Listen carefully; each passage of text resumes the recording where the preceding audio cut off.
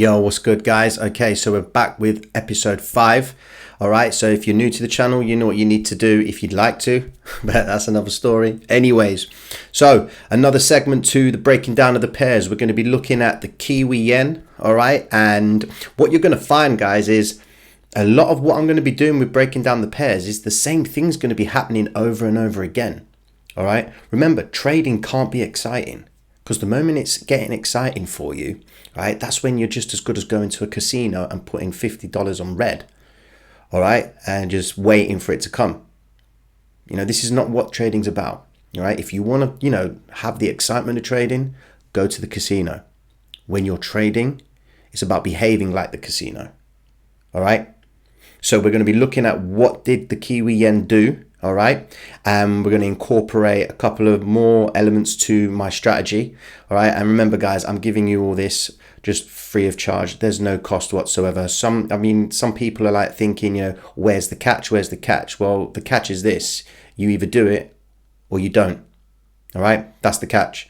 You can keep going off and looking elsewhere, but this just system for me has been tried and it's been tested, all right? This new element of what I'm adding to my trading is just solidifying the existing strategy that I have been applying. So let's get straight to it.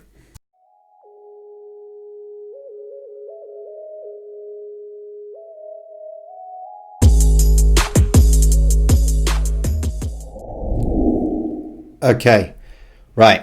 So we've got ourselves Kiwi yen. Now, right now it's 10 to 3 New York. All right, London is closed. It's what time is it now in the UK? We're looking, it's about 10 to 8 in the evening. So what I'm going to do is I'm going to bring up this image that I took of Kiwi yen, and it was done on episode 1. Okay, so we broke down just a few pairs for the first episode just to give you guys a taste of what was to come. And we're going to talk about exactly what had happened with the Kiwi yen, how the market makers, they have a strategy and they have to stick to it, because if they don't, they'll fuck the market and it's going to cause mayhem, and they won't induce any more traders to enter positions because it would look so apparent that it's rigged. Okay, everybody knows that it's rigged, all right, and it's rigged in the market makers favor. But the one thing that is in favor of the market maker is human behavior doesn't change. People will always be fearful, people will always be greedy, and as long as those two emotions exist, then the market will exist. All right, so what we're going to do is we're going to pull up Kiwi yen. Now, this was taken on the 13th of January, and we are now, let me just move that across, where we at? We're on the 18th of January, all right? Now, this move here would have been a very long swing trade. Now, swing trading, it's not my forte. I wouldn't hold this trade for such a long time. For some people, they may, all right? But for me, I would have been in and out, several times. I took profit on this trade here, lost a few here on the reset, and then took this one again. I took this trade again, and this was a straightaway trade. In other words, it literally left the Asian area. It left on the Asian close as soon as possible. It came out. Now I'm going to be doing another video on these topics, guys, so don't worry if it's all a little bit too fast. Don't worry, I'm in the process of making this video, which is going to put everything together. You're all going to get the indicators. I think I'm going to actually load the indicators this evening, all right? But I'm not going to do it until I get the video done, because then it will sit nicely, and then you guys will be able to, chop and change and refer back to the video, because it will explain everything for you. So I'm going to try and make that video as foolproof as possible, so that in theory, the only thing that you guys are going to come to me with is, what do you think your views are on this strategy, or should I say this entry, or what do you think dollar yen would do in this instance? That's the exchange I want to achieve once I upload that video. All right, so here we go. Let me bring that chart back to you guys. All right then, so let me get my shit sorted out, man. Okay, so we started off with the peak formation high, as you can see up here. All right, now I have a dashboard which had programmed by a good friend of mine. Let me just get that up. It's this here. Okay, this dashboard. It prints off where the peak formation would start. Okay, so as you can see right here, you've got Euro USD. If we click that, right, that's going to tell me that 3 peak formation. That means it's traded 3 days away from the peak formation. All right, and you'll notice in the last videos I'm talking about always trading in line with the peak formation. All right, you trade away from the peak formation. This is the stuff that Steve Morrow talks about. All right, and you need to come away, always place trades away from the peak formation, which effectively means this peak formation would be invalidated if price crossed above it. All right, so all your trades are short. Now, there are a number of other things that come into play with regards to this. It's not placing a trade just as when this is printed. This prints off when it's 0. Okay, so as you can see here, it says none. Okay, now once a formation occurs, now how that formation occurs is this program tells me when a certain criteria is hit based on the algorithm. I mean, I didn't create this, but this the algorithm that is behind this dashboard. It tells you when it's the first day, which will be 0, and then the first day would be 1 day away from the peak formation. I'll be explaining this in that next video so you guys understand. Okay, but going back to Kiwi Yen, it's set up here. At the time, the peak formation was formed up here. Now, if you look closely, you can see that we've effectively got ourselves a head and shoulders. All right, so spiked the high, pulled back, and then it made a massive spike to the upside and then instantly pulled back as well. So remember, 3 pushes to the high. It's inducing traders in the belief that it's going to break out and make higher highs. All right, so they need to get the liquidity in to get the guys to believe, or the retail traders, that Kiwi Yen is going to go on for a move to the upside, because look, it pulled back to the 50-day and showed support. All right, so some traders would look at smaller moving averages. This is the 13 EMA and this is the 5 EMA, the yellow. All right, and guys would say, look, it closed above it, closed again, closed again. There's your pushes, and then let's get all the guys in. And that's what the market makers did. It opened here and then it moved up and then closed. All right, closed below. Literally, it attacked this previous area here. So that there was the weakness. All right, now as you can see, I mean, guys, if you are familiar with the head and shoulders pattern, this is the head and shoulders pattern. However, what you need to understand is what's going on behind the head and shoulders. All right, it's all good looking at a pattern, but you need to understand really what's going on, because you may get a variation of the pattern. All right, so as you can see here, spike into the high, snaps, pulls back, making retail traders believe, right, that there could be still strength. Same again happens here. This is the second time they whacked price up and then they snapped it back and shifted the zone. Okay, so they moved. So this would have been level 1. All right, so we had formed level 1. So level 1 ended here, right? The way you determine a level ending is when it starts to consolidate. So from here all the way down here, touching the 200-day, it started to consolidate.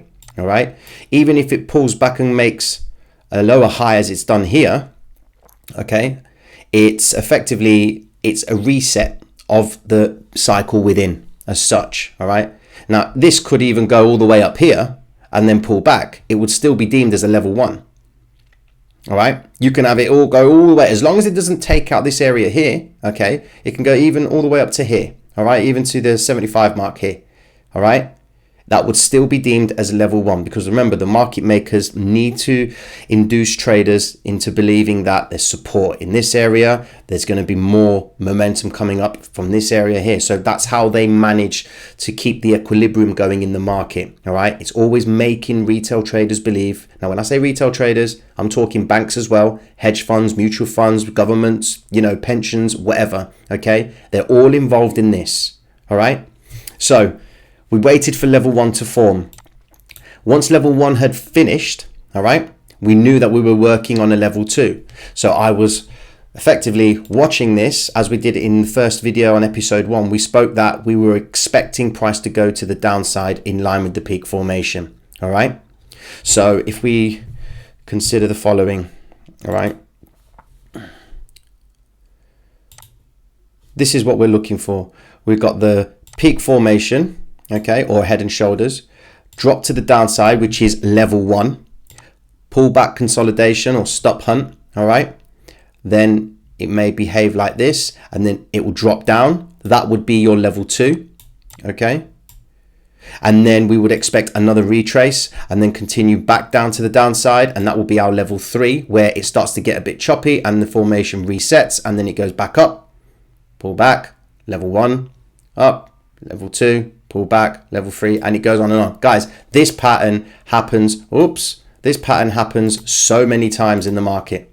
Okay, it's always happening in the market, and there's nothing that's going to ever stop that, because the market needs to conduct those patterns, because that's how it induces traders. Okay, look, pullback, 200-day moving average. It's making traders believe that there's support. How many guys would have entered here?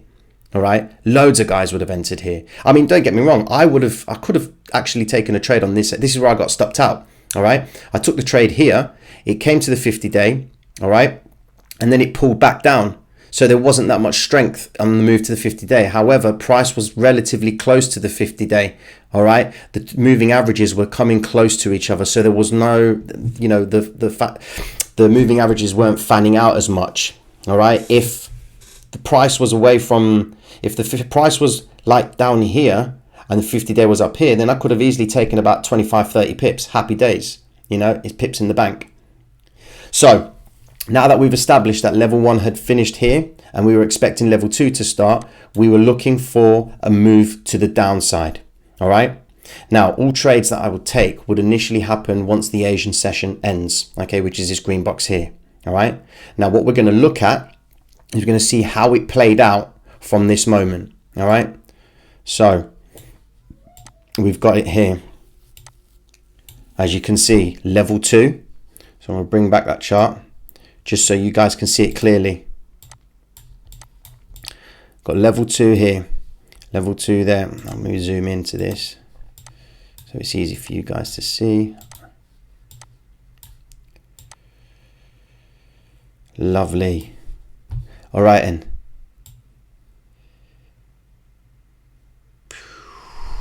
where is it? Level 2, where are you? Is this the hour chart?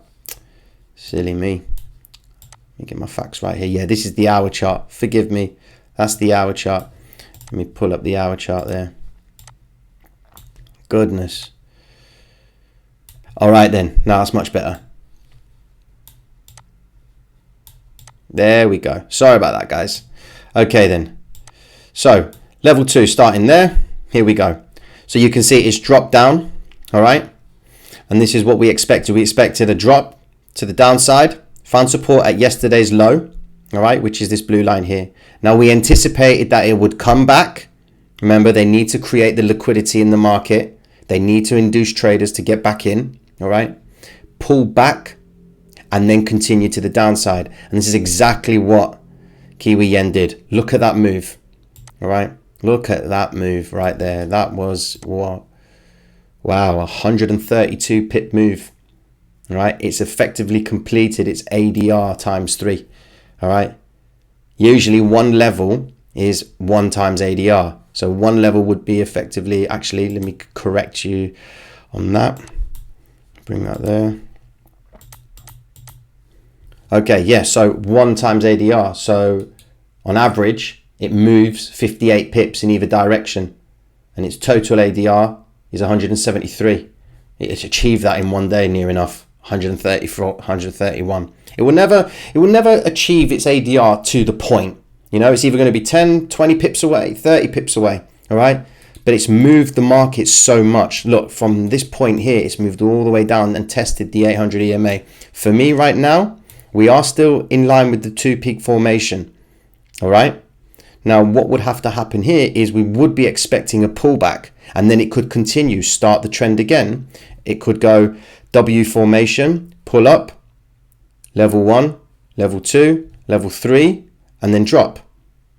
Okay, as I did with that blue, with the, I'll just show you now, guys. Right. So from this point here, we could be getting a W. A pullback to the 50-day, right? Retrace, level 1.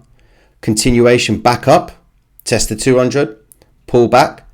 Continuation to the upside, level 3, M formation, back down, in line with the peak formation. All right. Now, it's not advised to trade against the overall trend. All right. But when you're familiar and you're understanding of where we are in terms of the cycles, all right, then you're going to have more confidence to trade in this manner. All right. So as you can see, get away. So we established level 1, pull back, is zoned out here. So it created this zone here. Now level 2 was still in play. Okay. Forming of level 2 was still in play. All right. Because it hadn't broken this previous area here. All right. It needs to be a clear break. So this was level 1, forming of level 2. This is level 2 now. Okay. Now we're expecting a pullback. All right. Now it could do one of two things, depending, because of how strong this move was. Okay. We could actually get a retrace and a continuation to the upside. But let's assume that's not the case. All right. Let's assume that it's going to pull back. All right. And then it's going to complete level 2. All right. Because this is level 2 forming, level 2 end. All right. Now we're expecting level 3, which is further on down here. All right. We're expecting level 3 to form down here. So we effectively could be seeing the following. We could see, so from this move down, okay, we expect to pull back, and then it's going to continue to the downside and form a new formation. All right. Alternatively, it could actually pull back up, create a new lower high, continue. Now that would mean as such that the peak formation may reset depending on how well this area holds. All right. So if price effectively locks this area and shows clear support, the peak formation button up here where it says 2 PFH would reset, and down here it would say 0 PFH, sorry, PFL, which will be 0 peak formation low. All right. And we would be expecting price to continue from this area to the upside. All right. So, I'm going to be going over these terms on the next video so you guys get a clear understanding. Right now, I'm just throwing so much stuff at you. Okay. And I have done for the past few days as well. So please bear with me. I'm just trying to do it all for the good for you guys so you understand what's going on. All right. So some of you might be thinking, well, how did you know it was going to do that? Okay. How did you know it was going to continue down? I mean, okay, yeah, I took the before and after. All right. And it's all good taking a before and after of a chart, but you have to understand what you're expecting. Your understanding of how the market makers behave. They have to complete things in cycles. They have 2 days of cycle, 3 days, 4 or 5. All right. Now, because we're on Wednesday today, okay, Wednesday today, what day are we on? I'm actually losing my bearings. It's actually quite bad. How bad it is for me. Where are we? We're on Monday today. Jesus Christ. Sorry about that, man. All right. And so Monday is, and you know what's funny? I done a video today saying Monday on, Monday false week beginning. Why did I think it was Wednesday today? Bloody hell. Anyway, that's no sleep, guys. That's me staying up too much. All right then. So, right. Because we're at the start of the week. All right. Mondays, they're just not good days to trade, right? Look at the logic. Over the weekend, information has come out in the market, all right? And, there's so many things that could affect it. You've got the issue with Biden, you've got Trump, with all that palaver that's going on, all right? Or back in the day, we had issue with North Korea setting off the bombs, and these are all, destabilizing the currency pairs, all right? What traders are doing at that point is they're getting, they're anticipating the market. They want to get involved, get ready to trade. Some traders start on a Sunday night, and then when you go into the Monday, I mean, look what price did today. All right. Go and pull up as many pairs as you can. Go and pull up all the majors and look what they did today. They didn't go anywhere. All right. Because the market makers are effectively setting the range for the week. They're getting themselves ready for the week ahead. They have intentions of going on sending price in different directions. Just because they were going downside here, level 1, level 2, drop, okay? And based on the theory of this methodology, you're anticipating another drop to the downside. That could completely change, you know, because it's a new set. It's a new target for the market makers, all right? What's happened has happened, all right? So what we'd be looking at, all right, is in likes of this pair, which I will do another video for, all right, is we could be looking at another move to the downside. But based on the fact that it corrected so much over the weekend, on Friday down to Monday, all right, Monday it started to stall a little bit. So we could see a retrace back to the 50-day to regulate everything, and it may test the 200, all right? But I assume based on I'm really weary about this. The fact that it's completed such a long move with so many 141 pips in 1.5 sessions. Okay, so you've got the Friday session and then you've got Monday session as well, even more. Okay, you know, it's a big move. Okay, so I'm going to anticipate that this area here is going to find support. The Asian session is going to whap it, you know, up and down. We could see a test to the 50-day. So we could see pull back. We've got W. We could wait for the second leg of the W. So as you can see, we could expect it to go down slightly here and then snap back up, test the 50-day, pull back, and then maybe continue to the upside. All right. We won't know. All right. So we can only do it as long as the W, the second leg of the W, prints and it shows support. All right, because what the W can do can, you know, as Steve says, it's a variation on the theme. All right, it can actually go lower than here, it can break the low here, go lower, and we could experience climatic behavior in this area, and then it could just switch and go to the upside. All right, so we're going to keep our eye on Kiwi yen and make sure that, you know, we're ready for an entry. But as I said, if they only corrected price down to this area here, I would be way comfortable in playing off the retrace to the upside and then back to the downside on the Tuesday morning after the Asian close, all right, ready to test the 800 and further, all right? But it's a little bit of a tricky situation here, so I'm going to pay attention to it, all right? So, yeah, back on to over here. So this is what you need to understand with this strategy, guys, all right? When you're looking at pairs, it doesn't matter what pair you're looking at, all right? You just need to be aware of the pattern, all right? That's all you need to be aware of, the pattern, the pattern, the pattern. That's what Steve says. He talks about this all the time, all right? But more importantly, you have to understand the psychology behind what's going on at key areas, all right? Remember, how are we going to be able to determine, say you didn't have any of this information, no PFH or anything like that, okay, how were you able to understand that we were at effectively a top? Okay, as we spoke about earlier, remember, market makers, 3 pushes, 1, 2, 3. They were pushing price up. All right, guys, if what I'm saying sounds repetitive, okay, that's the whole point. All right, it's about getting it ingrained in your minds. All right, I've sat for hours going through these patterns in my mind, drawing them out. As Steve says again, if you can't see it in hindsight, you're not going to see it in foresight. If you can't spot this move going back on the chart, then something's not registering. All right. As one of you guys said as well, that you're effectively unlearning what you already know and trying to learn what this is about.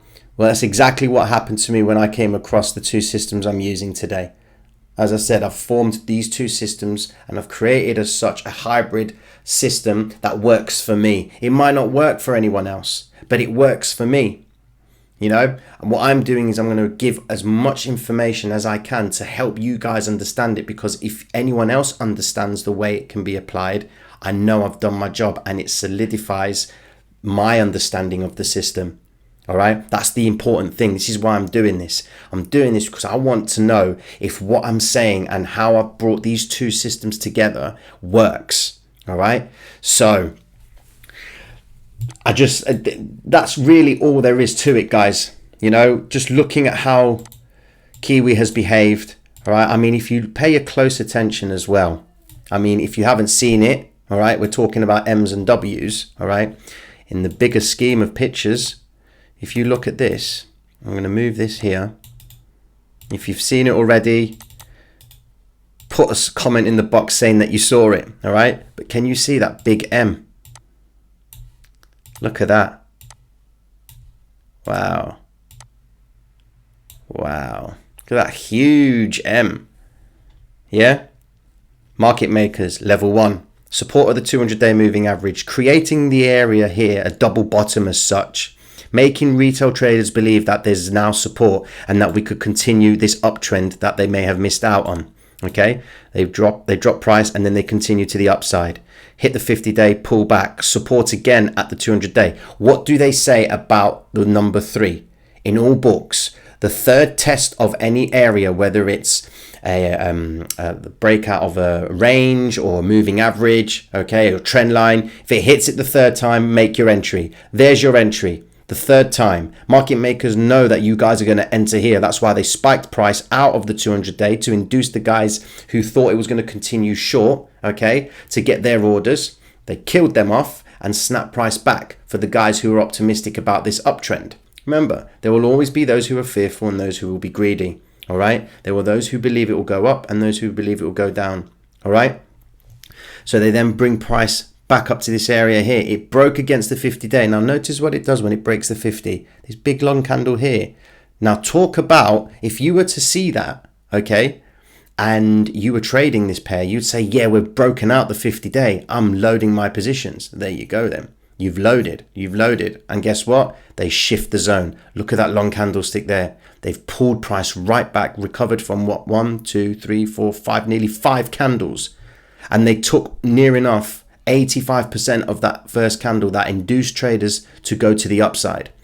This is what you need to do when you're breaking down price. You know, you have to factor in near enough every single candlestick. All right. But as time goes on, guys, you're going to know what to pick. You're going to know what areas to be considering, because I'm not going to sit here and talk about every candlestick here. That's going to take too long. This candlestick's irrelevant. That candlestick's irrelevant, because it has to be in line with what you're looking at. For example, there's nothing going on here. However, here there's relevance. Why? Because you can start building confluence.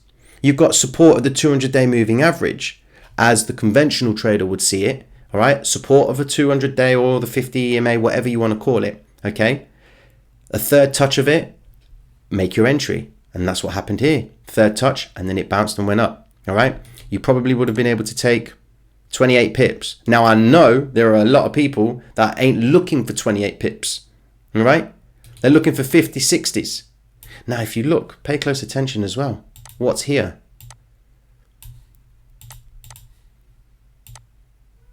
You've got another W.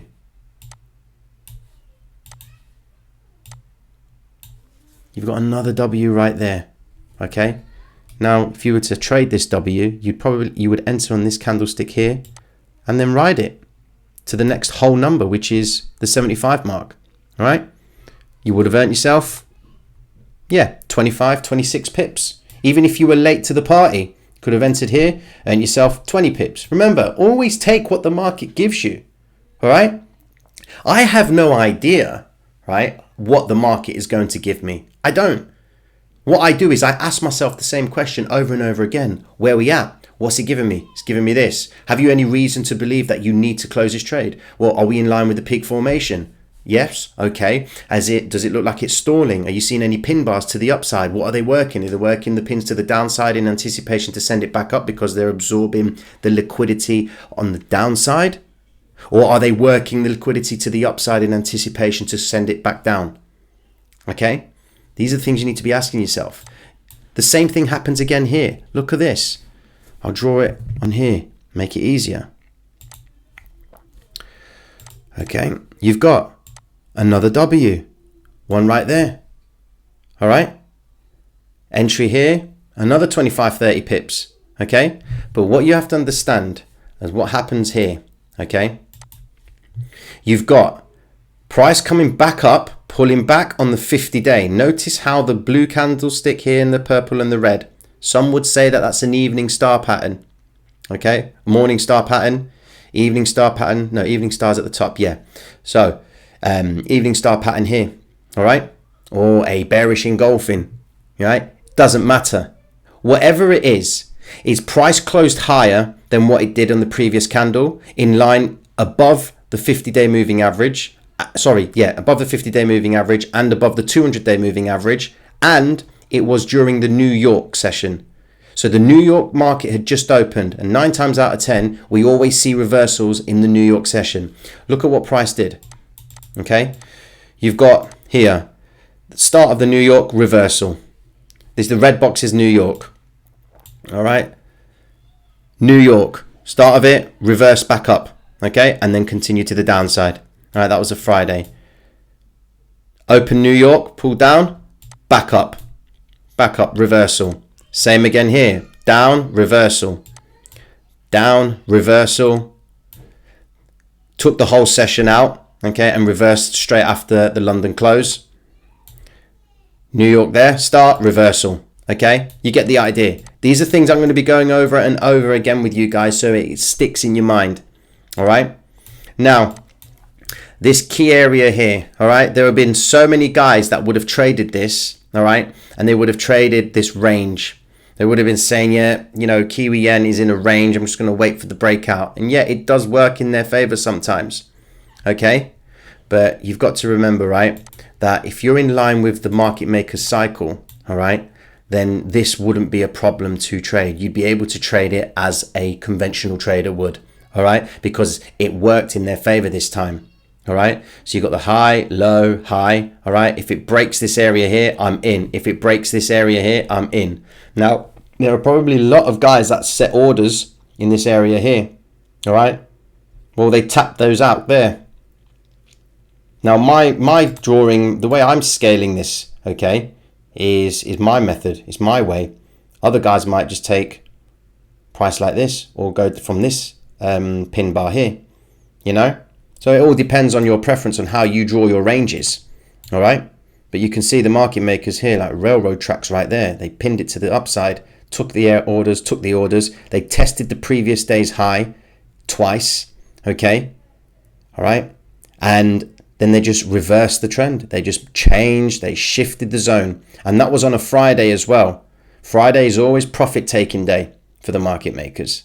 All right. And they look what they just did. Asian session straight away. Asian session closes. London session straight away. And the New York session, it pinned it down and then back up and then back down. You know. So that's pretty much a breakdown of Kiwi yen. You know, always keep in mind that whenever you're looking to draw up W's and M's on a chart, all right, it has to be in conjunction with so many other things. You can't just pull up a W. I mean, we can draw a W anywhere on a chart. You can draw a W here, you know, 1, 2. But where's it going? Nowhere. All right, you could do an M here, 1, 2. Nowhere. It has to be in context of what the market makers have been doing and what they are doing. Okay, so if we look at it from this point of view, all right, you've got, look at this point in time, I'm looking at this, I'm in my mind, I'm thinking we're looking for cycles, all right, we're looking for pushes, you know, as some guys put it, or impulses, all right, we're looking for first push, retrace, second push, all right, retrace, third push, new formation, back up. Okay, that's all we're looking for.